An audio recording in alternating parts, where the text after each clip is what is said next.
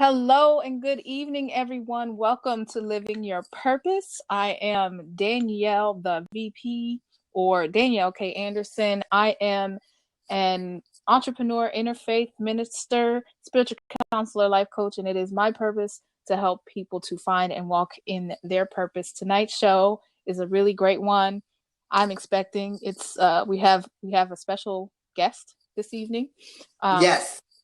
And before we get started with any of that, please do us a favor.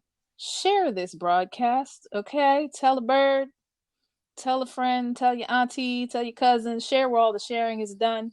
Absolutely. Okay? And before we get started, I will introduce my fabulous co-host, who is SJ from Inner Soul Development. Yes, I'm under Living Your Purpose right now, but my name is SJ from Inner Soul Development. I'm a personal life coach and transformational speaker. What I do is I let you understand that life is to be controlled. Life does not control you, okay? I take you off your autopilot, take you off course to your greater self. So we're here at another episode. It's going to be awesome and wonderful because we have a special guest that we're going to be interviewing, and she's going to share her test and share her testimony with you. And I hope that you guys, tell everybody, just let the world know that we are here every day, every Sunday, 6 p.m. Eastern Standard Time here on Living Your Purpose. Okay? all right. So without further ado, Catrina, whenever you're ready, please do jump in the seat. And we can get this party started. Come on in. And like I said, I thank everybody for being patient and kind. Thank you so much. But we're ready to rock and roll. Where is she? She says she's here. She's here. Where's she? Let me see. Lock seat. No, I don't want to lock the seat. Oh, and we're going to, just so you know, we're going to have the other seat locked, the love seat. For a time. But you could definitely come in and ask questions or get any type of feedback. Because she's going to, like I said, she's going to share her story with her, okay? With you guys. So we're going to lock the seat just for a few, but we will open it for questions, comments, and we're also going to read the comments as well. Yeah, absolutely. If you have comments or questions, then please do feel free to she's getting herself together. Okay, that's fine. So while we are waiting for her to get all camera ready, then yes. Why don't we do some housekeeping? You guys, if you are new to Living Your Purpose, the best way to find out about who we are and what we do is to visit our website. It's lypshow.com. Okay, right. And there you can find this broadcast live as we speak. You can watch there. You can access our archives, which has every episode from the very first intro to last week. Absolutely. We are on YouTube. We are on SoundCloud. We have a Facebook group. We are, believe it or not, on Google+. We are on Twitter and we are on Periscope. And you can, of course, email us at any time from that connect page on lypshow.com. Twitter is a really good place if you want to stay. Right, you got a nice cut, SJ. If you want to stay in touch with us, like ASAPidly, tweet us, okay? All you have to do is tweet at LYP Broadcast, hashtag LYP Topics for anything that you would like to see us discuss on the show or at any time. If you have questions, for any time, but we will post out sometimes. We'll ask you questions about the upcoming topics. So look out for that hashtag LYP Topics because what we love is people and helping. And so that's why we're here. That's why we're coaches. That's why I became a minister. That's why we do what we do. And we do our best based on our experience to lead people in the direction of living their best life. And that's what, because we are on the path. It's a continuous journey. Let me tell you, it is definitely a continuous journey, but you don't have to take that journey alone. And that's why we're here. That's why we are here. Okay, we have Catrina in the house. Yay! Welcome, Catrina. Thank you. It's so nice to have you with us. I'm just leaving the pool. That's okay. That's why you're awesome. Okay, so... You are awesome. All right. So everyone, Thank you again for joining us. Our special guest is Catrina Raiford. She has an amazing and inspirational story to tell, and we're going to just pretty much let her tell it. So, Catrina, why don't you introduce yourself and tell us a little bit about who you are and why you're here? Okay. Well, my name is Catrina Raiford, and I'm here. I used to be 955 pounds. Um, it was 11 years ago, and I've lost so far 581 pounds so far. And I'm Amazing. just right now. I'm just focused on getting my story out there. I eventually want to write a book, and just to inspire and encourage people. I'm on Google. I mean, I'm on not Google, jeez, because I seen our I looked at our YouTube thing and I remember you saying like Google me. So that's I did say that. but no, I'm on Periscope and I do all my workout videos. Like today, I couldn't go to the gym because I didn't have a babysitter. I have a goddaughter and I keep her on the weekends, and I couldn't get a babysitter, so I had to work out in the pool at my apartment complex. First of all, it's cold in there, but I had to work out. I can't make any excuses, and I'm just getting back, and I'm cold as I don't know what. But I was like, I gotta get in here, no matter what. Gotta get in this pool. But I just want to encourage and inspire people because I know what it's like to be. I was on hospice. I know what it's like to be bed bound and not being able to have to learn how to walk all over again and everything. And I know how that feels to feel like nobody cares, and I want to be the one to help people because when I was in the bed, I didn't have that. I didn't have people to like encourage me, like it's gonna, you can do this, you can get out of the bed if you really want to. I didn't have that, so that's why I'm here. I did bring, I got pictures and stuff when I was 955 pounds. But yeah, So, why don't you tell us a little bit about how you feel you got to that point? How do I feel like because that is, I mean, that's an extreme. I'll say this: it's easy to gain weight, yeah, but to get to that extreme takes a lot. right. It takes a lot of work to do that. So I wonder, for myself and for anybody else, how do you feel like you got your body to be that size? Well, I feel like to me to get 955 pounds first, I there was a point when I was 9 to 14, I was molested by by my mother's boyfriend, and I never didn't tell anybody. I kept it a secret. And just like people that's addicted to drugs, alcohol, what we do is we bottle all that up. We don't tell anyone. And then, unlike people use drugs, food was my addiction. Food didn't make me. It didn't talk back. It pleased. It filled a void inside of me, and I had a relationship with food. And so that's how I got so heavy, and angry and bitter, and just when you're like that, all these things not feeling pretty, like it was just like one thing on top of another, and just learning how to learn how to love myself and do all that over again was a big task. But it was just like past issues, we don't really, and I know in my home we didn't really talk too much about sexual abuse. Like a lot of families have secrets. Right. We had a lot of secrets, and that was one of the secrets. So I didn't want to tell anyone. I didn't want to make my mom mad. I didn't want to make her unhappy. So I kept it to myself. And me and food we got this love affair, and it was that's how I got so heavy over the years, keeping it in. And then when I did tell, nobody believed me, and you feel like you're not loved, and oh my God, it was just being a teenager, going to high school, and kids picking on you, and it was just one thing on top of another, you know.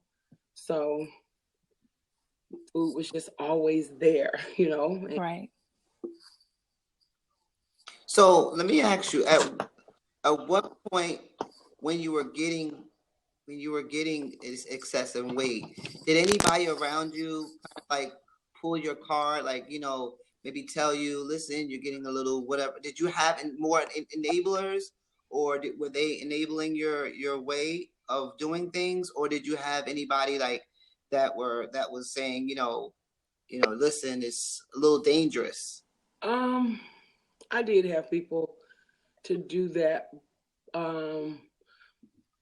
My family did it, but they did it in a way where it was like, you need to lose weight.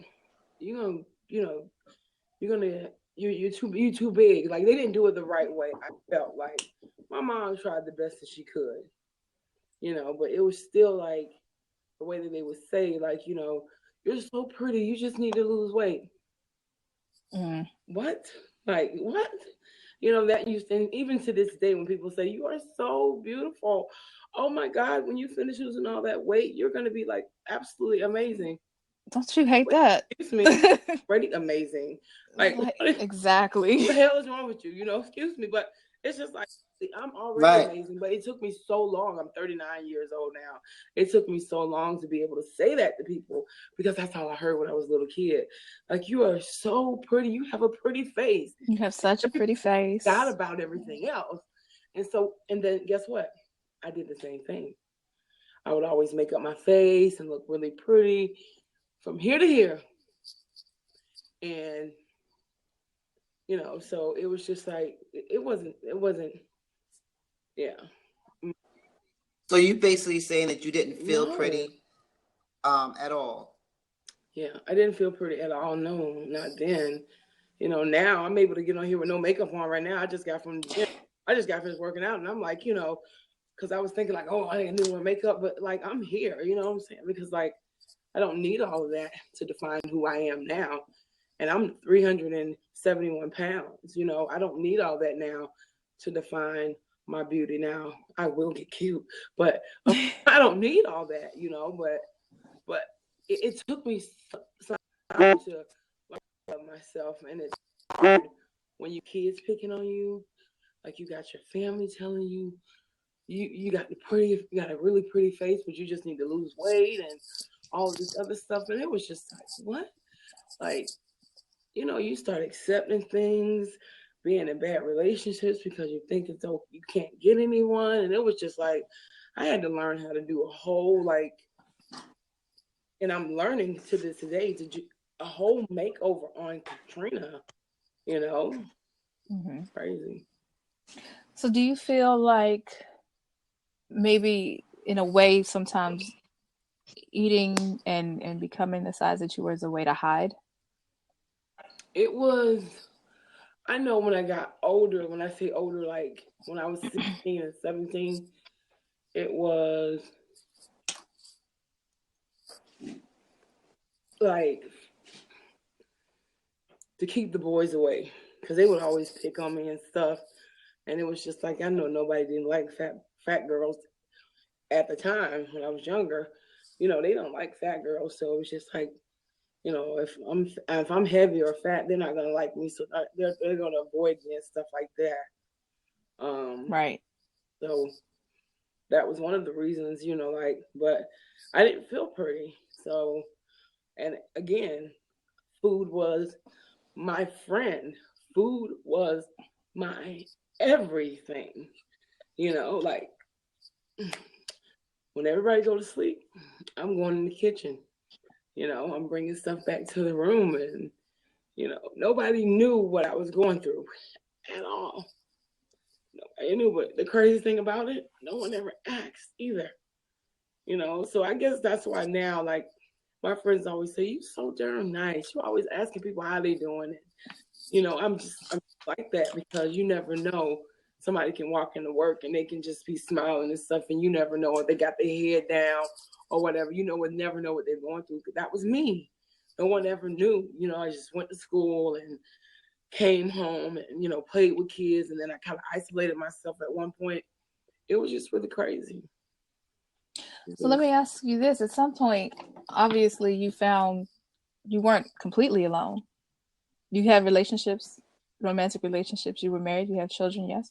I don't have any kids, but okay. I did get married. I got married, and then I got a divorce. But yeah, so I found I had relationships and things like that.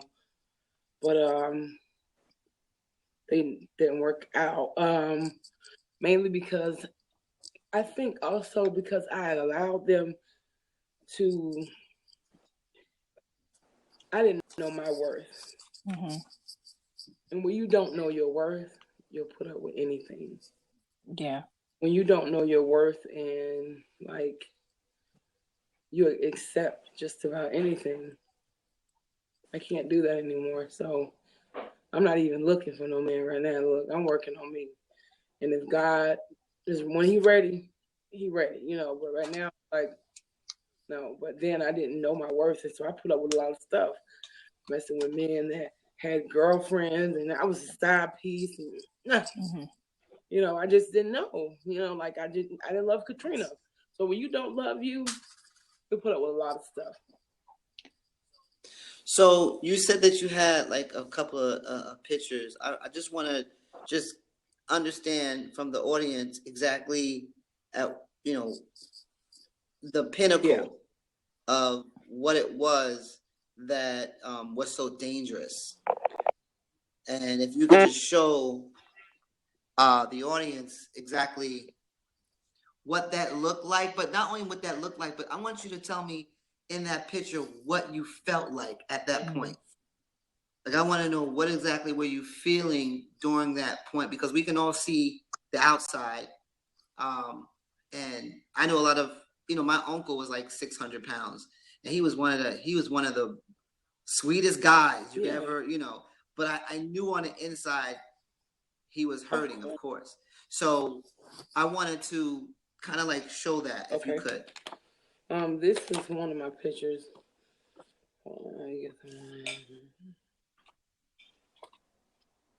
And guys, if you have any questions or any comments, we are definitely going to be reading that. One of my pictures here where I wasn't 955 at that point. I was like maybe 8 something, but and like I said, remember, I was always pretty. You got a pretty face. So as you see, I had my hair flat ironed and makeup on, and I was smiling. But in the inside, I was dying because I was on at the time then, I was on 2 liters of oxygen. And I took the oxygen out my nose that day, and my cousin did my hair, and I'm still dying in the inside.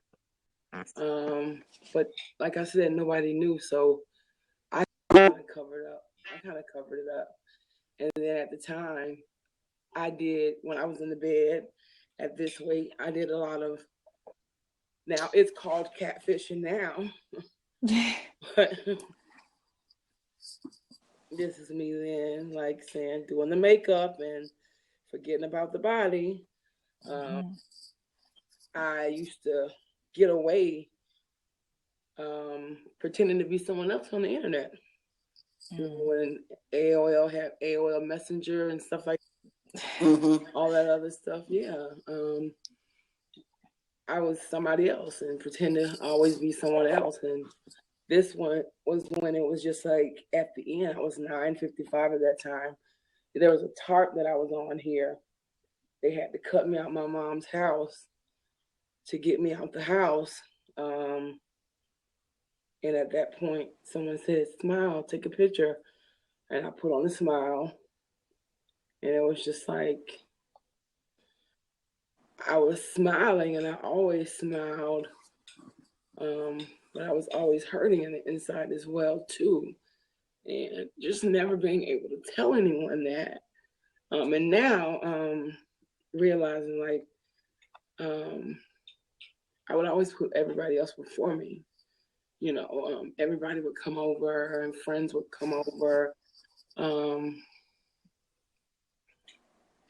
And they would, you know, tell me their problems, and I would even run away with their problems in my head and not think about me, you know, like, because I'm focused on what they're going through. But you're alone. You feel, I was scared.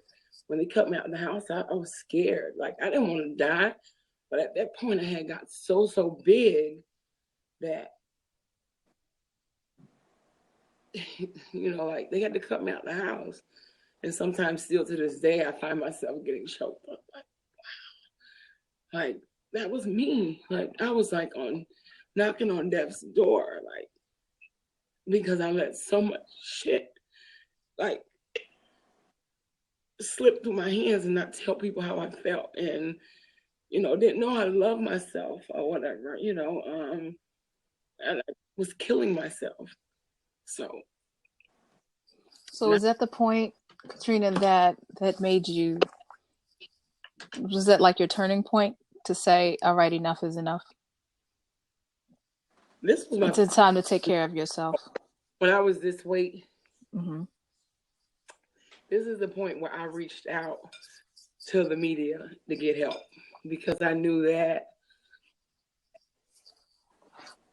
if I didn't get help, I would die. I had gotten 4 liters of oxygen, and I was on hospice. They had to turn me over. I wasn't able to stand up anymore. And I told myself, if I don't get out of this house, I'm going to die in this house.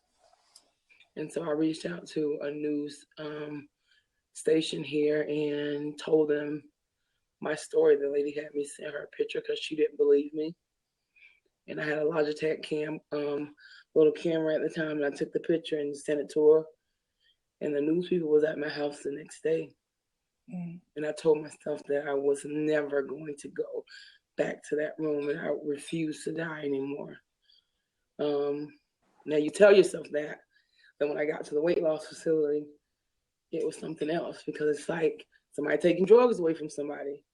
I'm kind of cold, so I'm shaking a little bit. I still got on my pool clothes, but it's okay. So yeah. Don't catch pneumonia on our account, though. No, I'm just not. Get you a blanket or something. My heater is on, but I got up there and it was just like, is this really what I want? Like I said, I wanted it, but like if somebody takes somebody crack away or somebody drugs away, it's like, and I fought when I was up there. Like I wanted it, but I didn't want it. I wanted it. I didn't want it, because you don't know. Right. You know, like it's an addiction. Eating this eating is an addiction. Like eating disorders, like being obese. To get obese, there's so much behind. There's so many layers, and people in the room, right, if they're going through this or they've been through this, they understand what I'm saying. There's so many layers behind what we go through. Not feeling pretty, you know, like having this love affair with food is a whole nother topic. You know what I'm saying? Like it's just, you know, and there's so many issues come behind it. For those who are just joining us, thank you so much for coming in. This is Living Your Purpose. It's a special Living Your Purpose. For me, it's a special Living Your Purpose. My name is SJ from Inner Soul Development. I'm a personal life coach, transformational speaker. And to my other side, I have Danielle. You can introduce yourself, my friend. Hello, I am Danielle K. Anderson, also known as Danielle the VP. I'm an entrepreneur, interfaith minister, spiritual counselor, life coach, speaker, and many other things. And it is my purpose to help people to find and walk in their own purpose. And this is a very special edition of Living Your Purpose. We have a very special guest, Catrina, and she's been telling us about her story of extreme weight gain and loss, emotional issues and the struggles therein. And so up to this point, you've been telling us about what led you to that point and your breaking point. So tell us now more about your journey to where you are now, from the time you said, I need help, to now I want to help others.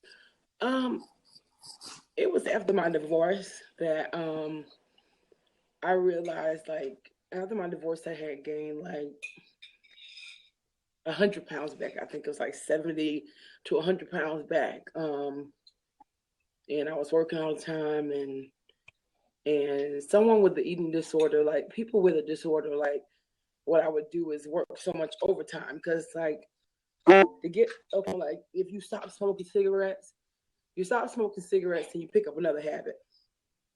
Mm-hmm. Like it was like there's never been a happy medium until now with me. Like so what I did after my divorce, I worked overtime, like 60 to 65 hours a week just to get my mind off stuff. I'm sitting at my desk. I work for UPS customer service. So I sit at my desk and I ate candy, snacks, and stuff like that, sitting at my desk. So I'm getting bigger and getting bigger. And then it started getting hard for me to walk again. And my legs started to bother me again.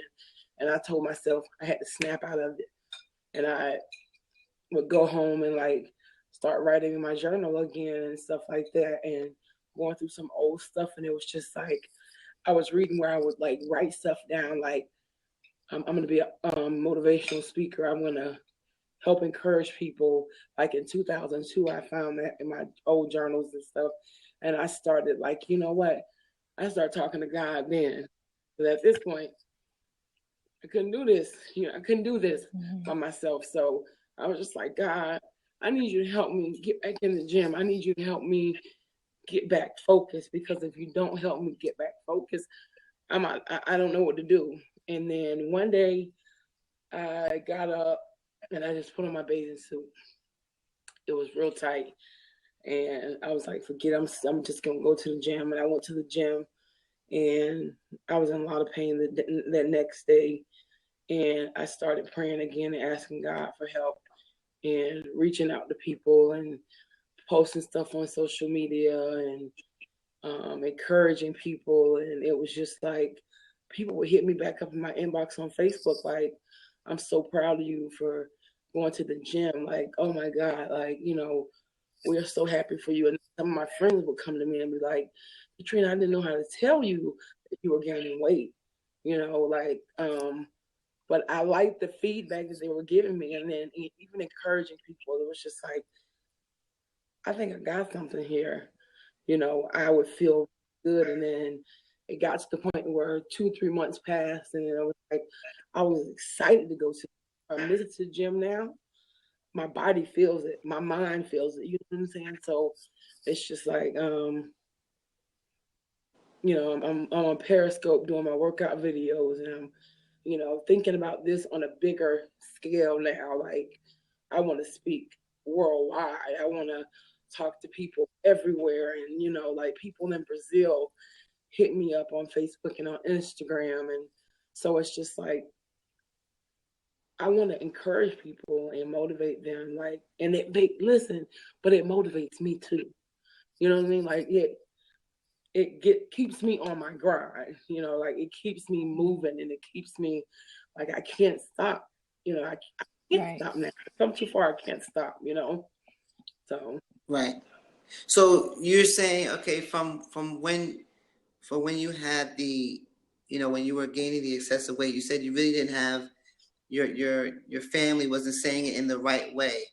Did they know at any point? Because when you get somebody that's stubborn, who you can't really talk to, or sometimes you could tell them what it is, but they're grown and you can't tell them what to do. I'm going to eat how I want to eat.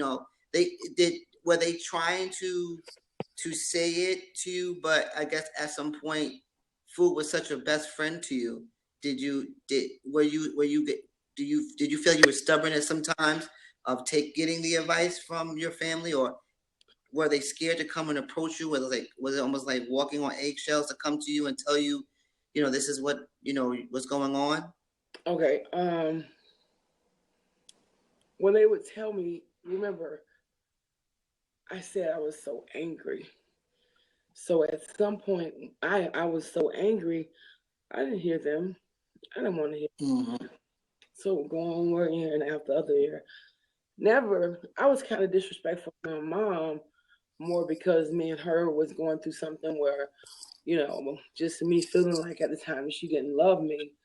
or whatever. But I didn't listen. I didn't want to listen to them. My mom would do the whole trying to all kind of diets and stuff like that. But what I would do is I wouldn't do them. She thought I was doing them, but I wouldn't do them because I don't want to do nothing with her. How you gonna, like you don't care about me, you don't love me, so I'm not doing the with you. I'm not doing the Weight Watchers at the time. It was another diet back in the day that she wanted me to do with her. She wrote Richard Simmons and all this other stuff and tried to do the workout tapes, but I would always make an excuse about my leg being hurt. So I just felt like they didn't love me, and they didn't know what I was going through. I'm 955 pounds. You cannot know what I'm going through. So don't tell me nothing. You guys are still walking. You can still clean your own butt. So at some point, remember, I'm angry.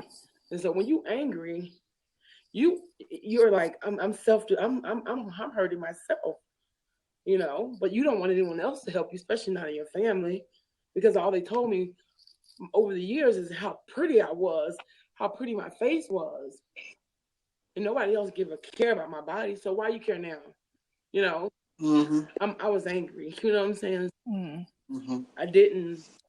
So you were basically, if I'm clear, you didn't care to hear what anybody had to say, whether they were well-meaning or not. You were just, it doesn't matter. No matter what you say, you cannot impact me because you're not living this. I'm living this. Right. But now thinking back, can you see now that they did say these things, even if it didn't come out the right way to you at the time, to try to help you because they want you to stay around longer?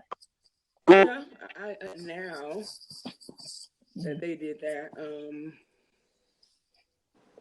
because now my mind is a lot clearer. I don't feel like they did it the right way, but I do think they did the best they could with knowing what they know. Right. Now our relationship is so much better because I know that she did the best that she could with what she was taught, so yeah, I don't know. Wow. If you happen to be listening on the SoundCloud replay, I can't express to you the look of relief and there's some joy in your face now. Yes, I am. A lot of joy. And even when you said you were faking the smile and putting it on, I could see your spirit still in these pictures. Right. Even if it is a fake smile, it still shines through. So I just want to say personally that you have a very beautiful spirit. And I think I've told you this before, but it does shine through. And I can see now after having told your story, and I know this isn't the first time, but that there's some stuff there that you haven't necessarily said out loud up until this point. So I just want to acknowledge and show my appreciation for you coming and sharing this with us, because I know that it's not an easy story to tell. Right. So what would you, okay, so your relationship with the creator was strained, of course. Because you didn't have a real good connection with the creator until after the fact, or were you always in touch with the higher power as far as helping you out? I was always in touch with the higher power. Like, I talk to God all the time.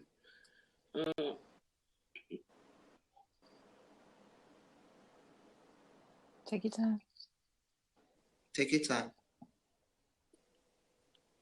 I think at some point I was mad at God for allowing a lot of stuff to happen to me when I was younger.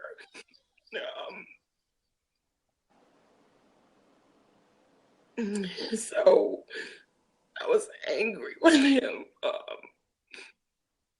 But as I'm older now, and because I've always talked to him, even when I was mad at him, I still talk to him. But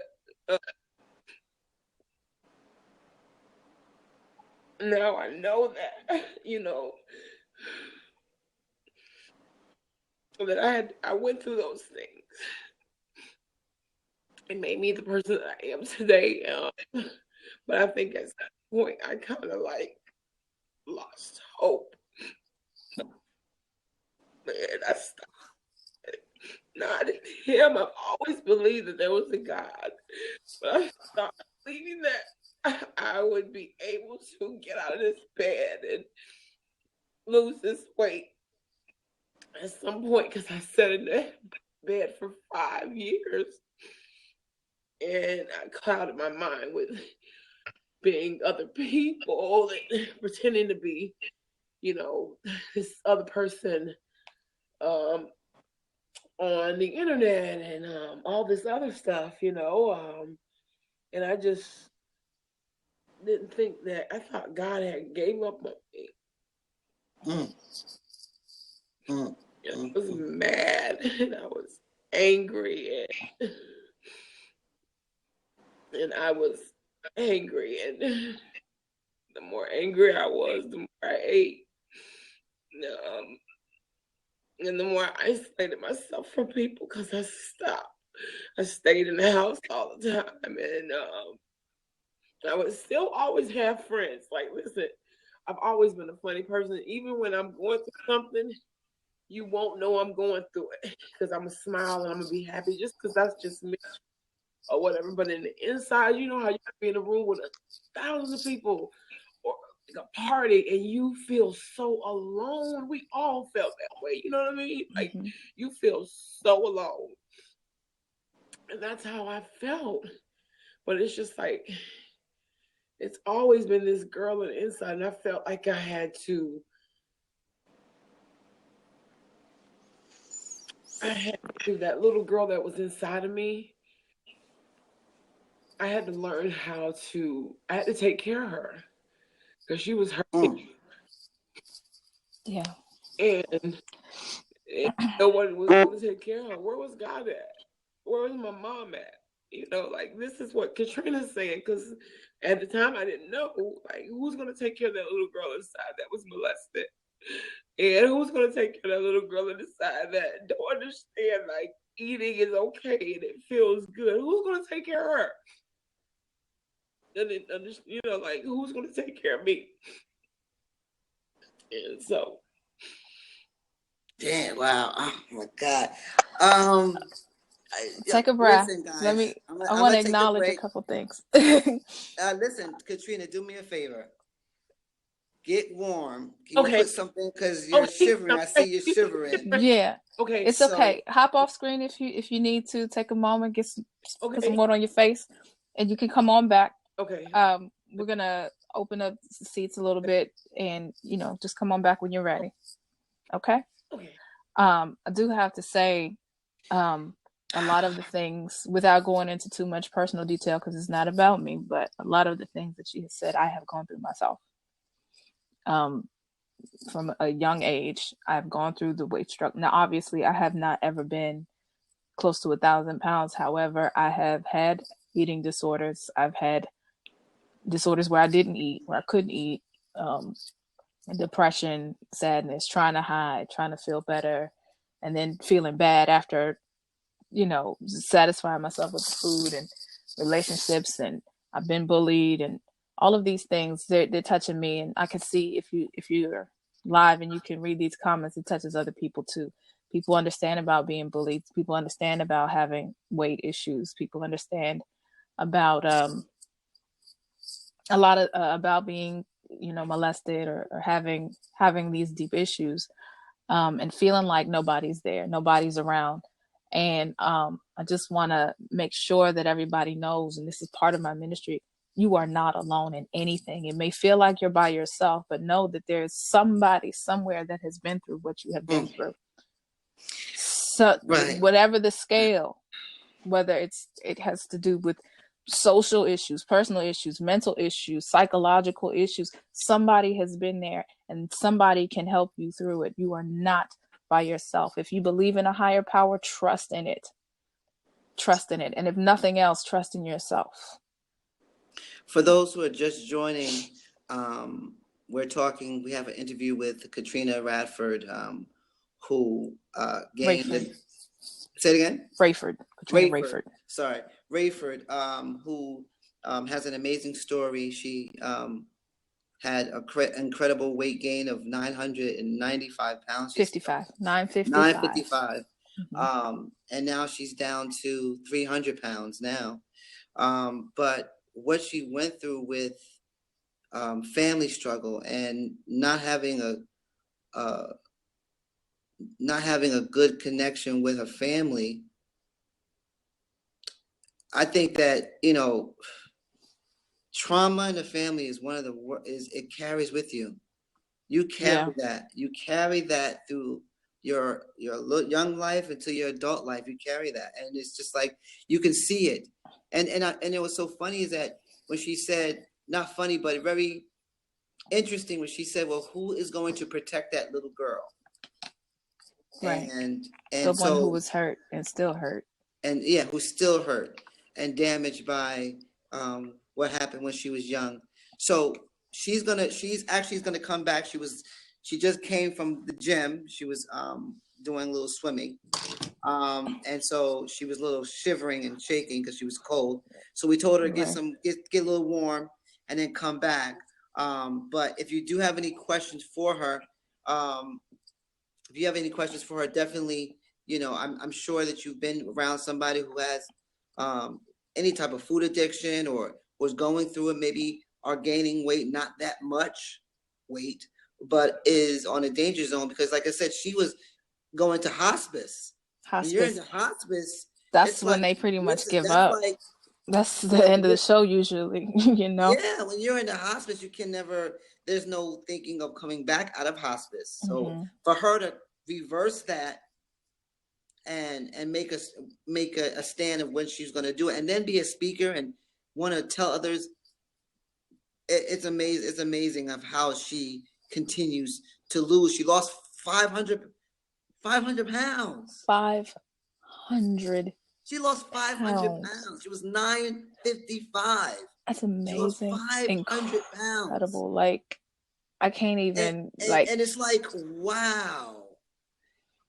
And you know what? It's like that type of commitment, that type of dedication, that type of focus. It takes a lot. It takes so much, because like she was saying before, it took a lot to get her to that point of 955. To the point on a tarp. On a tarp. She had to be cut. For those of you who are just joining, just recapping a little bit about our interview with Catrina. She had to be cut out of her mother's house. It had gotten so bad she couldn't move, she couldn't walk, she was on oxygen, just basically barely staying alive. She was eating and breathing, and that's it. And she was angry at God. She was angry because a lot of things happened to her that she wasn't equipped necessarily to deal with. She had people around who cared and loved her, but were not able to connect in the way that she needed in order to make those choices and decisions. And then she made a choice, and she said, I don't want to die like this. Because she was basically living to die. She was killing herself slowly. This is what she said. So she chose life. And from that point, she had some struggles, had some ups and downs and things like that, but she continues. And now she works out every single day. She will be back, Xanadu. Don't worry. She's coming back in just a minute.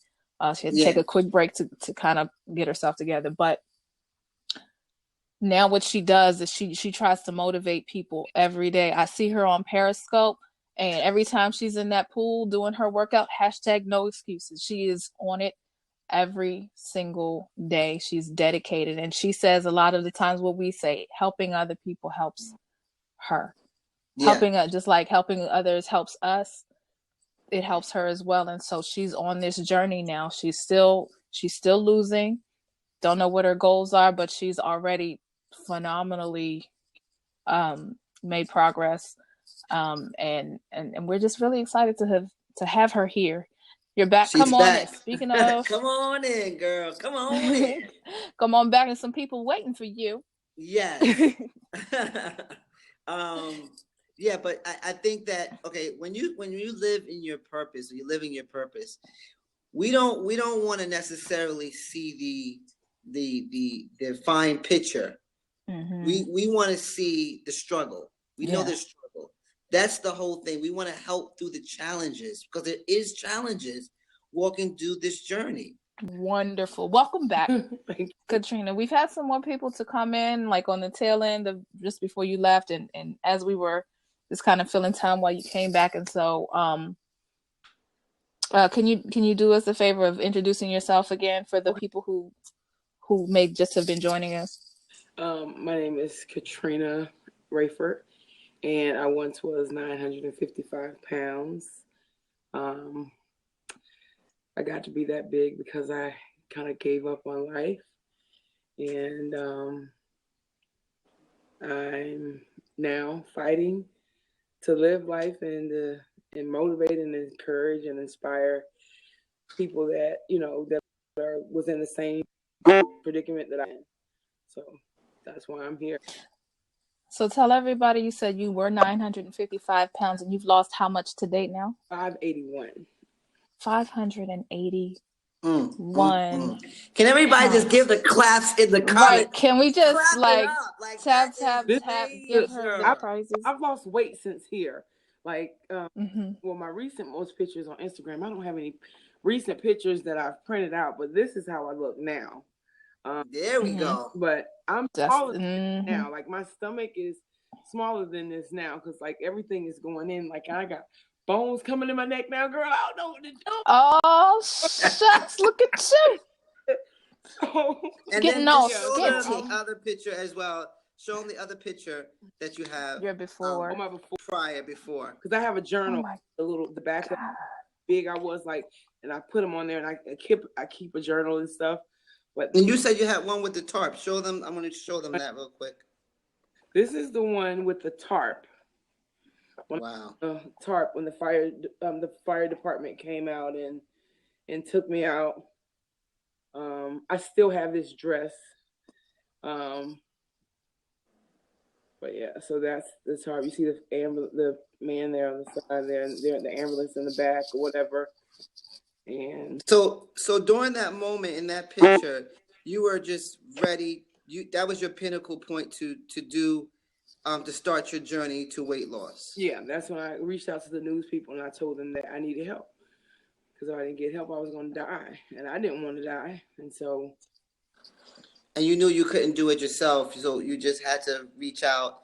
And so let me ask you, for those who are big, are on that way, what would be the first starting point that you would tell them to start motivating them? First, they got to be honest with themselves, because when you're that heavy, and when you are heavy, when you have an eating disorder, I'm gonna say this, like, as far as food is your addiction, and I know some people think like, oh, when you say that, it's like, because my thing was at the time, I'm not addicted to food.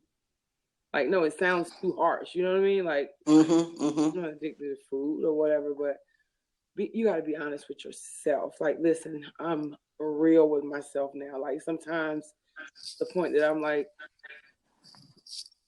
you don't want to hear it, but you got to be honest with yourself. Stop making excuses. I would always say, and I found a news clipping or whatever, and I posted on my YouTube thing where I was on TV telling the lady, well, I don't eat a lot. My cousin eats more than me. Like, this is me telling her this, right? In the bed, right? I'm not, this is me, this size right here in the bed, telling her, I don't eat a lot. My cousin eats more than me, and I don't understand why I'm so big. And I'm looking at it now with my clear mind, and I'm thinking like, girl, you know, like, but that's, you know, you's a lie. Yeah, for real. But that's how lost you get. You gotta stop. You gotta stop. Yeah. You gotta want it. Like, I know we say we want it, but in the same breath, I didn't have people that I could look up to on the internet, or because that's where I was at all the time. Remember, I was somebody else. I didn't have people on TV. People that were big like me were on Jerry Springer. You know, they made fun of. So I didn't have people at the time saying, look, this kid, you can do this. You can overcome this struggle. I've done it. You can do it. And I'm doing it still. Because listen, there's days that I don't want to go to the gym. I'm on Periscope crying my eyes out like, look, I'm here. I don't want to be here, but I'm here. You have to push. And that's it. I've failed so many times in this journey. I've been doing this for 11 years, but I get myself back up. And that is the thing. You got to keep getting back up. When you fall, get back up. It's hard. This is not an easy journey. Mentally, if you're not strong, it will tear you apart. It will tear you apart because not only, like even now I'm writing, like I try to write 2 or 3 pages a day of like, because I want to write a book eventually or whatever, because I feel like I got some stuff. I got a story to tell. I really, truly do, but like that is therapy in itself. Some days I have to be like, oh, this is too much. I ain't ready to deal with this right now, but we got to be honest with ourselves. And, we just have to be honest. So Xanadu in the comments asked, how do you feel about my 600-pound life show on TLC? Do you think they show a true portrayal of life as a big person?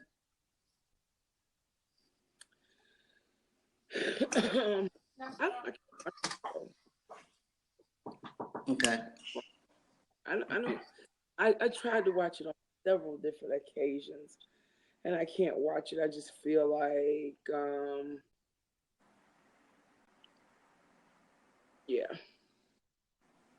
I just can't watch it. And maybe it's with, but I just can't watch it. Right. So you said that you were in hospice, like they put you into hospice. And usually hospice that's the last straw, right?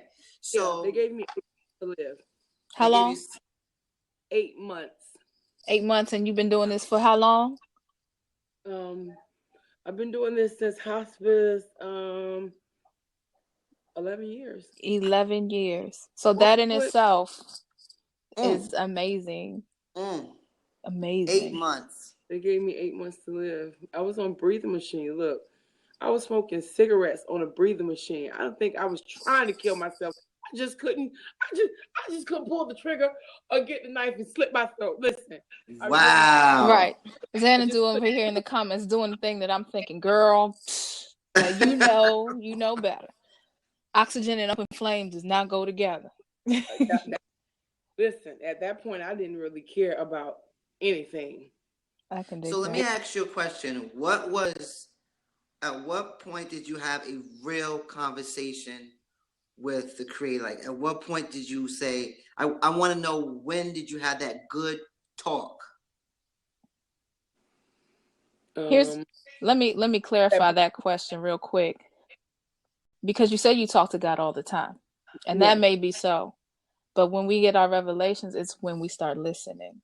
When did you hear for yourself that I'm here? Yeah.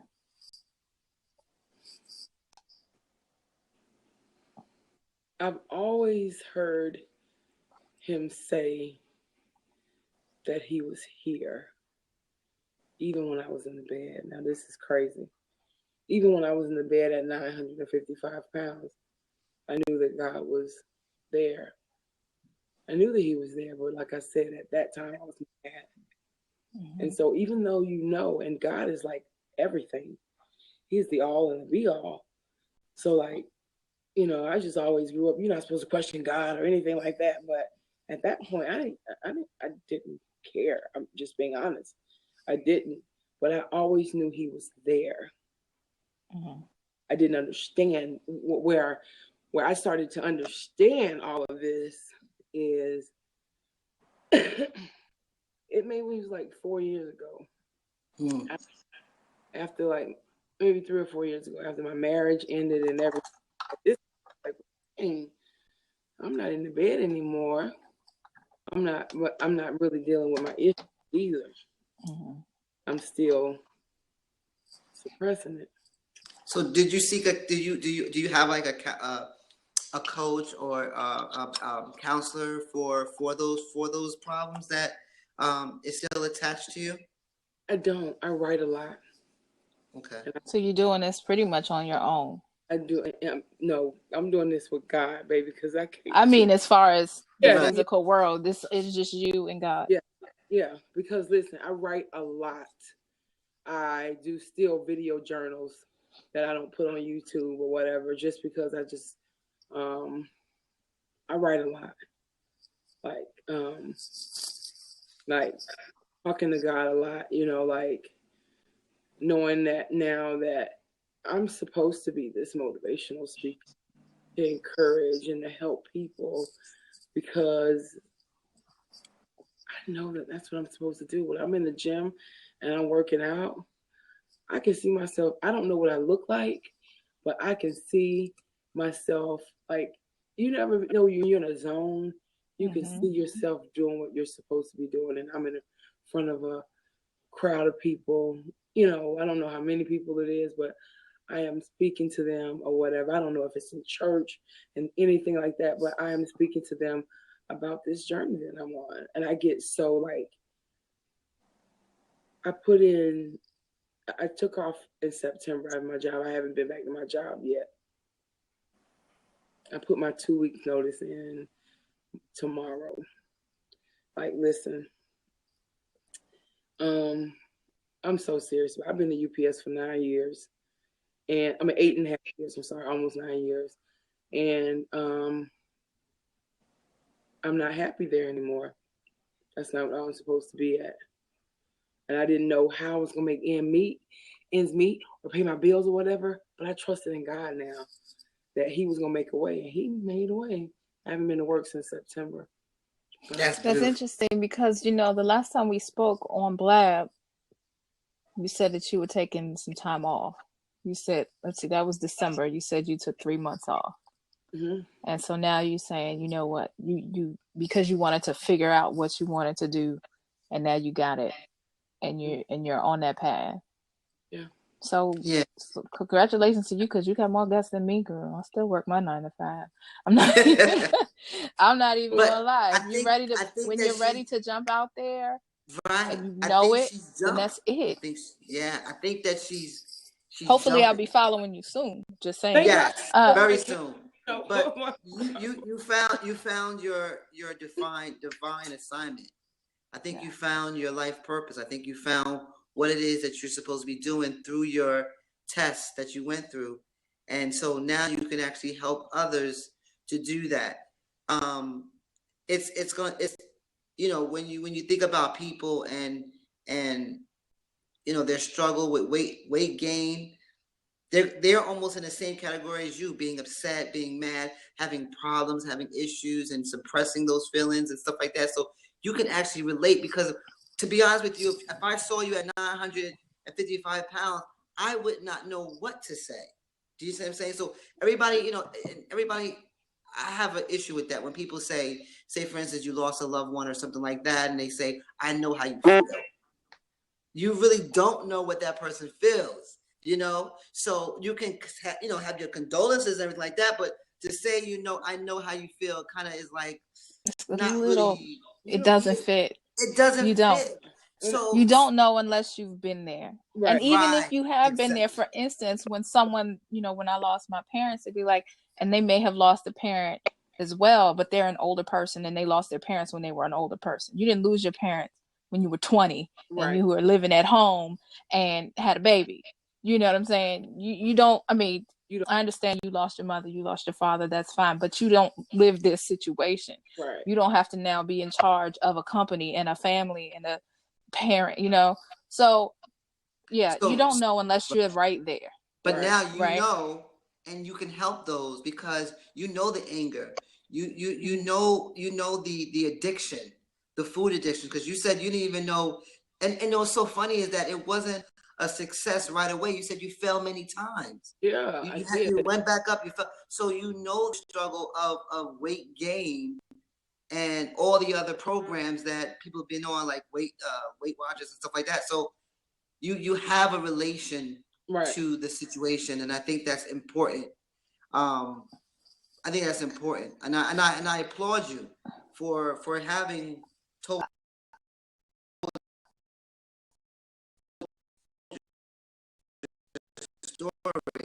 I want to just put in perspective real quick. I jumped off camera real quick. Some of you may notice it or not, but I was doing some math. Okay.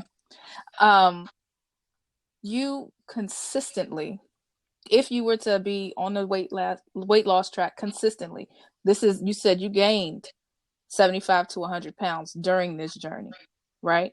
But if you were to constantly have been losing weight over these 11 years, you would have been losing no less than a pound a week, which is amazing.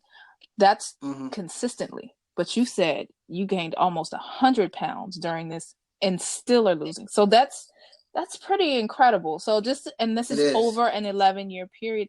That is something to be praised, acknowledged, because the discipline and the stick-to-itiveness, or whatever you want to call it, that it takes for you to be still on this journey, and you're still going. Do you have a goal weight in mind, or do you just whenever you feel, or a size? No, I have to get some extra skin removed. Like I have, I don't know, like you see me in the pool or whatever at LA. I'm in the pool. Like I got extra skin I got to get removed and stuff like that. Right.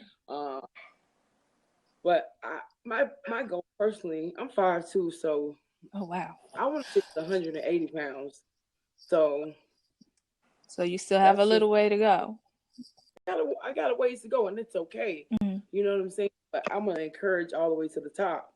You know, like I'm not stopping, because it definitely motivates me. But yeah. So you said for those people who are going through the same struggle, you said the first thing you would tell them is be honest. What other things would you tell them to motivate them to do the weight loss? After you be honest, then that's when you start the healing process. I think you gotta start the healing process. That's where it comes from. You gotta start, like you just have to start the healing process of where when you start being honest, and like where is all of this coming from? You're eating, where is it all coming from? And within there you're gonna be angry. You start healing. You gotta start healing yourself and taking care of yourself. Right. So you said it starts with the mind. You have to have a mind frame, and it's not easy. No. You said it's not easy at one point. Now, how is your connection with, you said your mother, or your connection with your family is stronger, and how did it get stronger? Despite the issues that you were going through as a little girl.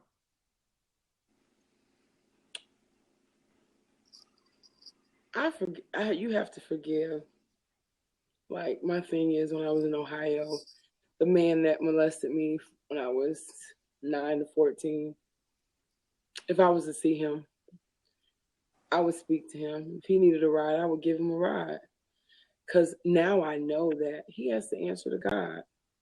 I was so angry with him and mad with him because I felt he took something away from me. I felt like I had to grow up sooner than, like normal people, like normal kids.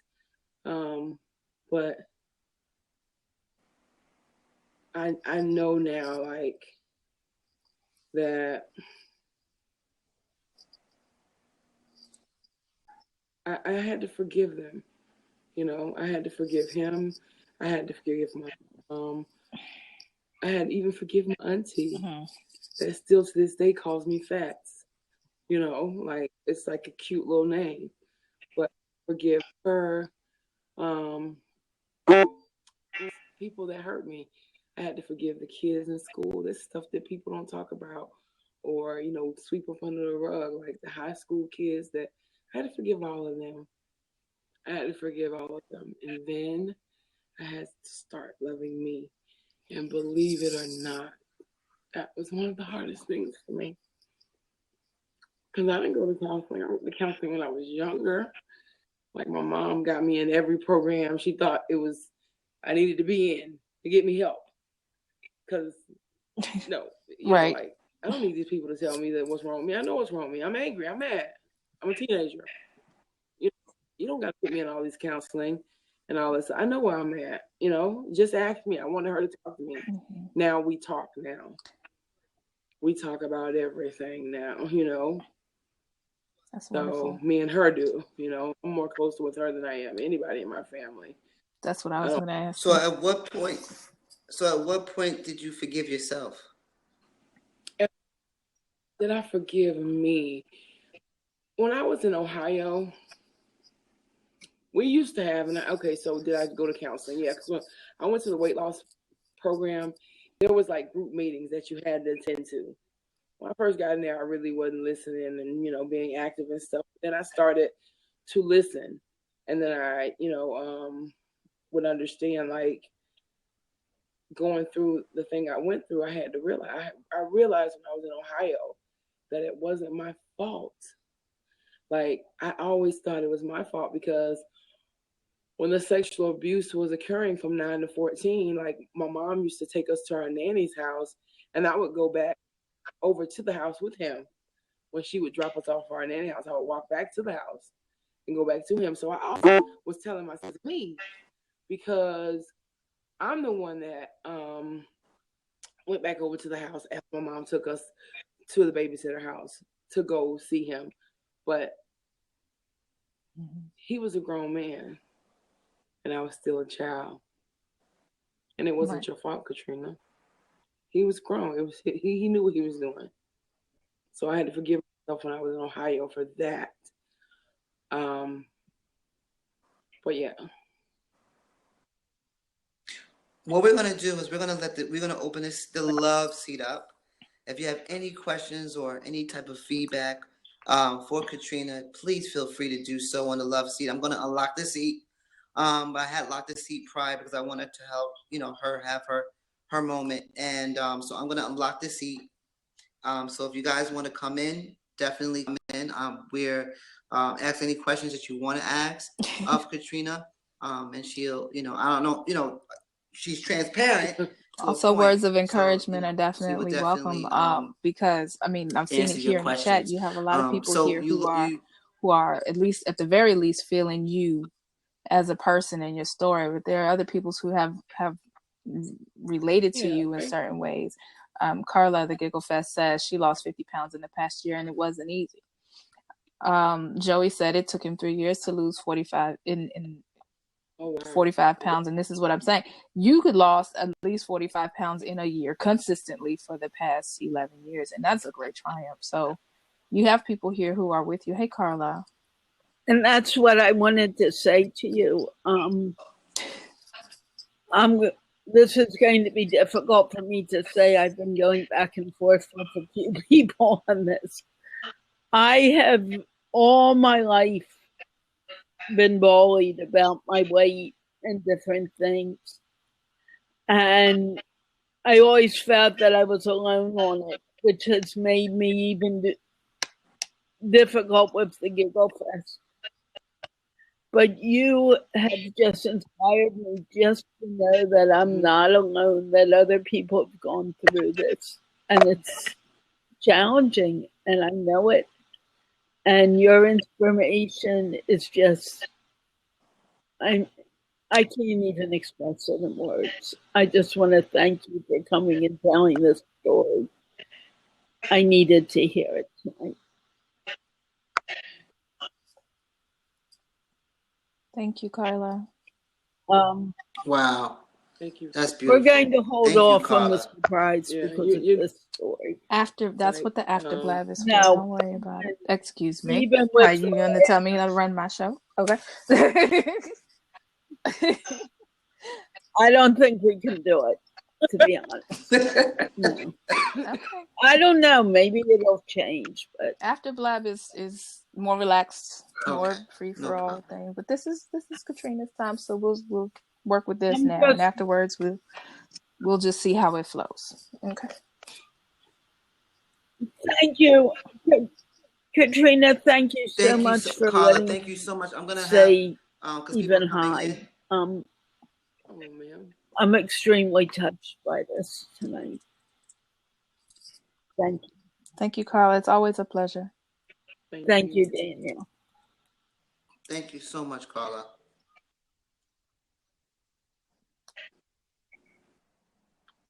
I want to touch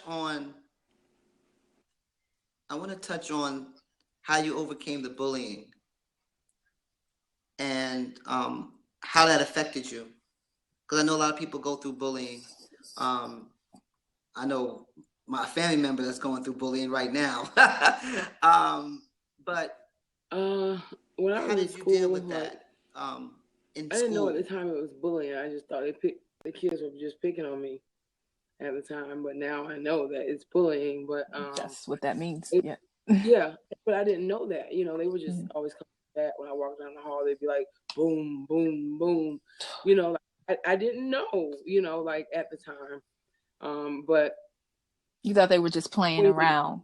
Is that what you're saying? You thought they were I think just playing. they was. Okay. I know they was being honest. You know, like they was making jokes and laughing in the hallway at our high school. Mm-hmm. So it would hurt. I didn't tell anyone.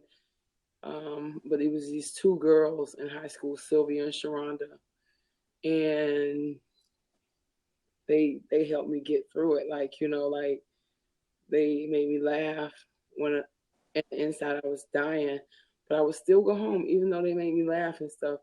And I would go home and secretly eat. You know, go downstairs. My mom would go to work or go to sleep, and have me some food. You know, because it hurt. You know, like I never thought I was pretty, and you know, I just it hurt. It hurt, and it's so crazy. It's just crazy.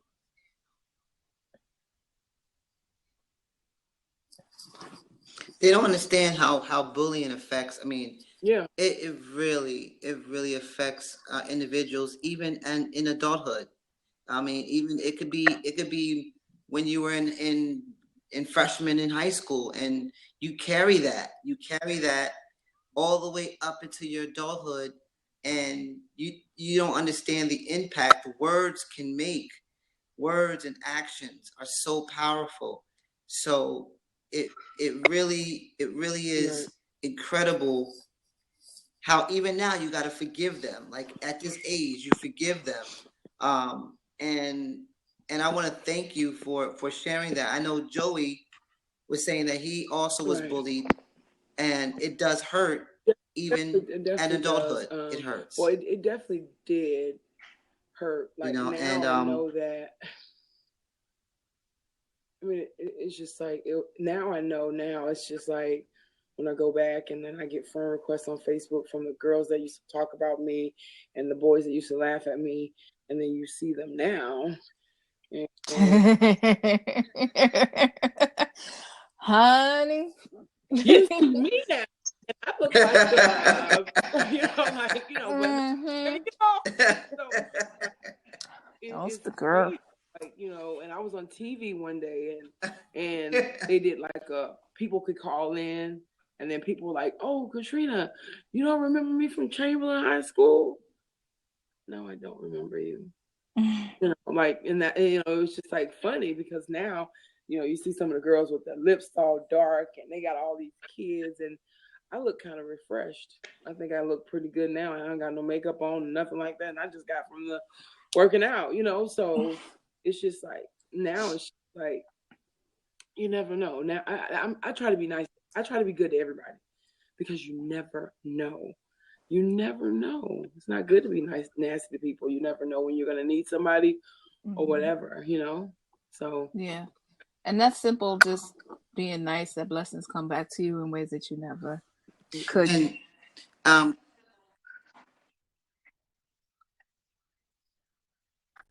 Carla was saying that forgiving is difficult. Definitely can be. Forgiving is difficult for a lot of people, but self-love is even more difficult. To get to that point of loving yourself, to say yes, I'm worth it. I'm here for a reason. I'm unique. I'm special. To get to that point is also difficult too, because you gotta take it from a place deep down inside. Yeah. For it to come You have to to learn it. If it's not instilled in you, you have to learn it, and it's a difficult thing. Like I've told this story before, but it took me a very long time to get to that place where I was in touch enough with the Creator to understand that I am perfectly made. I may stand out or not stand out or don't fit in, but that's because I have a purpose that is outside of being like everybody else. And all of my life, all I wanted to do was fit in and be like everybody else. But then when I realized I couldn't, and I wanted to pull away. And then I realized that once I got that chance to pull away and be away from everything, I didn't feel alone anymore. I knew that I had a purpose. I knew that whatever that purpose was, it was divine. And that I had to let go of all of those, those things. I had to forgive myself. I had to forgive the people that hurt me. I had to forgive family members because it wasn't necessarily their fault that they didn't understand, because I didn't understand and I couldn't communicate it.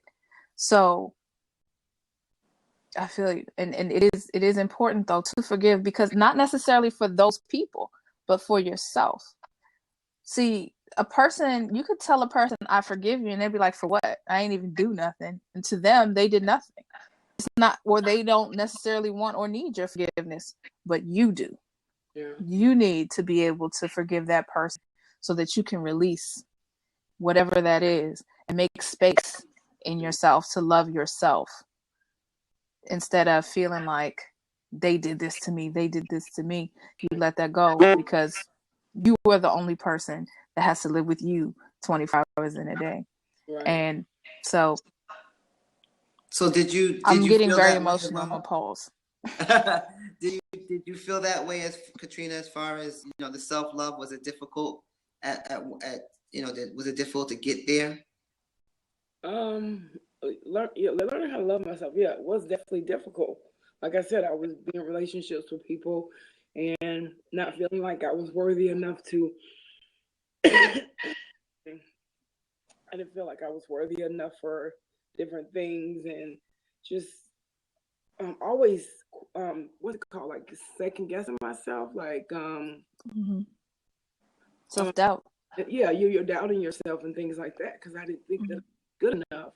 And then, like she said, I had to learn to forgive them, because this lady told me, Maritza Patet, she was one of my schools. I went homeschool after I was bullied so much at Chamberlain. 11th and 12th grade year, I went to homeschool because I didn't want to be there no more. 9th and 10th grade, I was in high school, so I didn't want to be there anymore.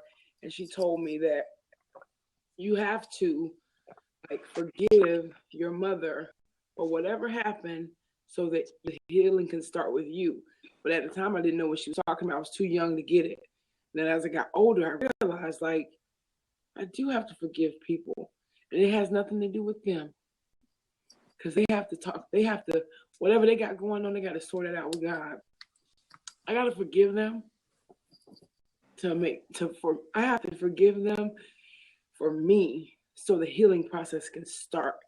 Like even forgiving my mom and and things like that, and forgiving everybody else, and family members and stuff. They did the best that they could do with what they knew how to do, and that's just it. I don't. So until you do that, like I know somebody said in the room just now, you said that someone said in the room that forgiving is hard. It is hard, but it's going to be even harder if you don't forgive, because you're never going to start the healing process with you. It's definitely hard, but you owe it to yourself to forgive, so that you can start the healing process with you. You're never going to get to that point until you forgive people. People, sometimes I talk to people and they're so bitter and angry, and it's just like, oh my God, was that me? Like that was me, but they're so angry, and it's just like you just want to hug them and tell them it's gonna be okay. I was just like that. Like I was. Yeah. Only difference with me, I was just in the bed, Right. cussing and throwing stuff. If I didn't want Mhm. the food, like and I was a great manipulator, because I knew, like manipulate people, making them, making my mom feel bad. Like come on, that's not cool. Mhm. Right, right. So I think when you have an addiction, manipulation is one of the things that people have as a good weapon. They use it well to get what they want. So guys, if you want to come in, I know Mike Wireless, you're saying a lot of good stuff. It's hard because it has to be a mindset adjustment, and God has to be in the mix, and that's so true and so important. But I can understand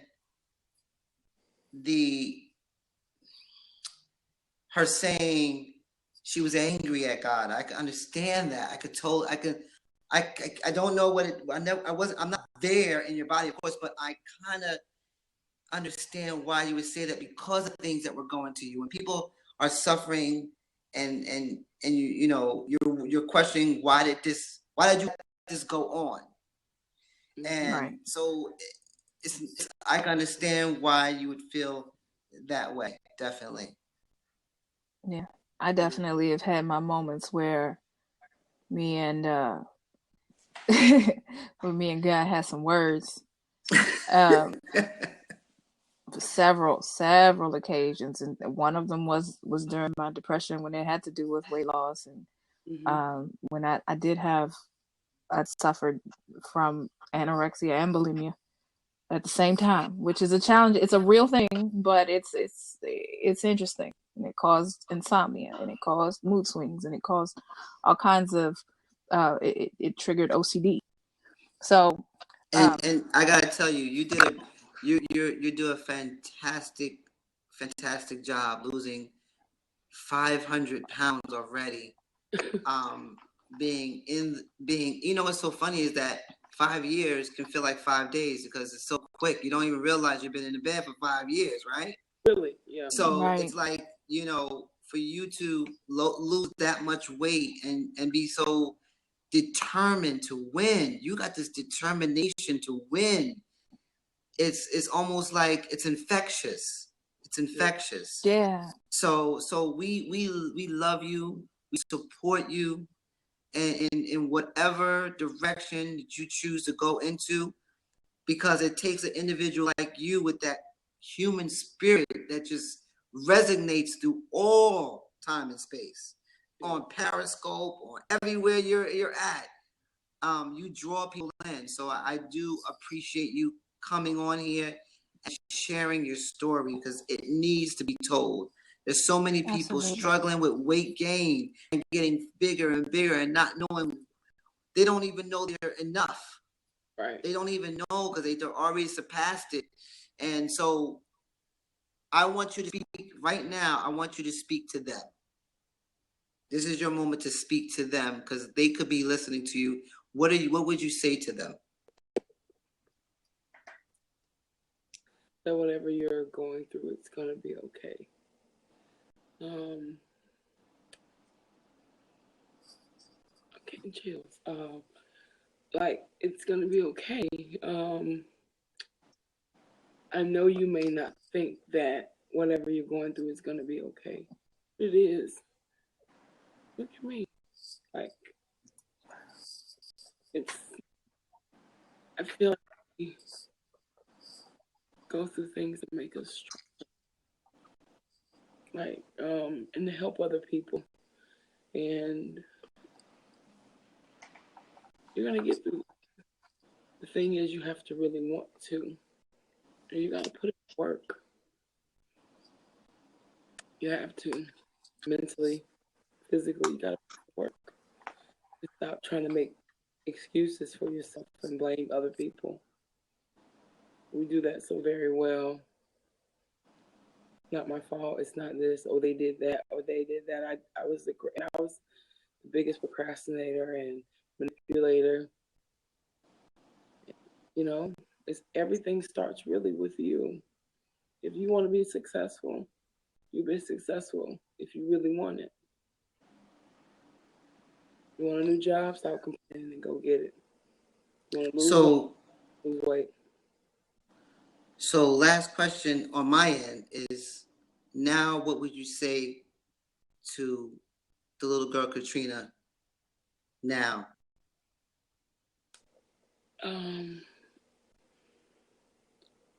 I would tell her, look, I'm protecting her, look, that she's okay. And that I'm doing everything I can to make sure that she's okay. And protect her. And was never asking me that before.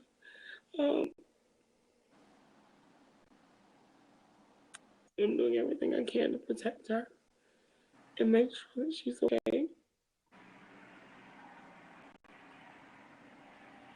Good. Make sure that she knows that she is loved. Yes. Deeply. Wow. What a great show. This has been amazing and wonderful. And Catrina, I have to say again, thank you so much for your willingness to come back as a guest and share your story. I'll be back. You're welcome back anytime. But if you want a milestone show, let's do it. Let's plan it right now. What's today? 8 months? What we got? 8 months? 9 months? Mm-hmm. Yes. I look, my weight loss is slowing down a little bit, so I don't know. I gotta get a trainer or something to kick up a notch or something. But yes, when I lose another 100 pounds, I'm coming back. A good amount of that, relax yourself a little bit, okay? Because a good amount of that is going to be the excess skin. So when you have that removed, you're gonna be at least 30 pounds. Right. I can see it already. So you're gonna be just fine. Catrina, let everybody know. For those who are live and those who are listening or watching on the replay, where and how they can find you, and more of your story. I'm on Instagram under Miss MISS Trina TRINA 911 on Instagram, and then on Periscope I'm at Miss All About Me. MISS ALLBOUTME. And I'm on Facebook, but I have 5,000. I can't even be your friend on Facebook. On there, but no, you can. Oh wait, no, but I'll make you just send me a request and I'll make room for you. Look. I was just playing, but I'll take it. On your calendar, girl. It's not like a page, but it's like another page that I created for like support. Right. 955 pounds. I thought my life was over. Wow. That's the page that I made up or whatever, and you can always go to Facebook and just like the page and stuff. And I put my Periscope videos on there. What I'm going through and stuff like that. And I also do Periscope where I'm learning how to cook healthier now. So I got a dietitian now, so I do that on Periscope where I'm cooking in the kitchen and have my little tripod and stuff like that in the kitchen, just learning. This is all new to me, so I like to share new stuff, so yeah, so that's what I'm doing. You're doing so great, and you did a great job, and I could tell that you did. I know, and that's okay, but you did it. You went through it. I know you released a lot here tonight, and you may not have been prepared for that. I don't know why we tend to bring that out of people. I'm sorry, we should have warned you ahead of time. But I really do want to thank you so much again for joining us. Thank you, everybody who was here live, for joining us and sharing in Catrina's story. And make sure you follow her in all of the social medias. The replay will be available on YouTube in 24 hours or less. And then on SoundCloud at the same time. And so that you can catch up on anything that you may have missed live. So make sure that you follow us at lypshow.com, www.lypshow.com. The replay for Blab will be available on the site when you click Discover. Click on the archives, catch up with anything that you may have missed, connect with us all over the internet, Facebook, Twitter, Periscope, Google+, YouTube, SoundCloud. We're everywhere. So all of that being said, thank you so much again. Make sure you join us next week, 6 p.m. Eastern Standard Time, for another episode of Living Your Purpose. I am Danielle K. Anderson, also known as Danielle the VP. I'm a spiritual counselor, life coach, and entrepreneur, interfaith minister, and it is my purpose to help people to find and walk in their purpose. And as always, my co-host. Yes, SJ from Inner Soul Development. That's right, Inner Soul Development. I'm a personal life coach and transformational speaker. What I do is I take you off your autopilot, take you off course to your greater self, let you know that life is to be controlled. You are at the helm. You control this body, and life does not control you, okay? So thank you so much. And once again, Catrina, we appreciate you and love you immensely. Continue doing what you're doing. Continue to inspire and encourage and motivate those people to do the best that they can be and be great and be awesome. We want you to come back. We want you to come back. Yeah. And thank you so very much. Okay, guys? Take care. Everybody who's live, make sure you stick around for the After Blab. The After Blab is coming. Like now. Peace.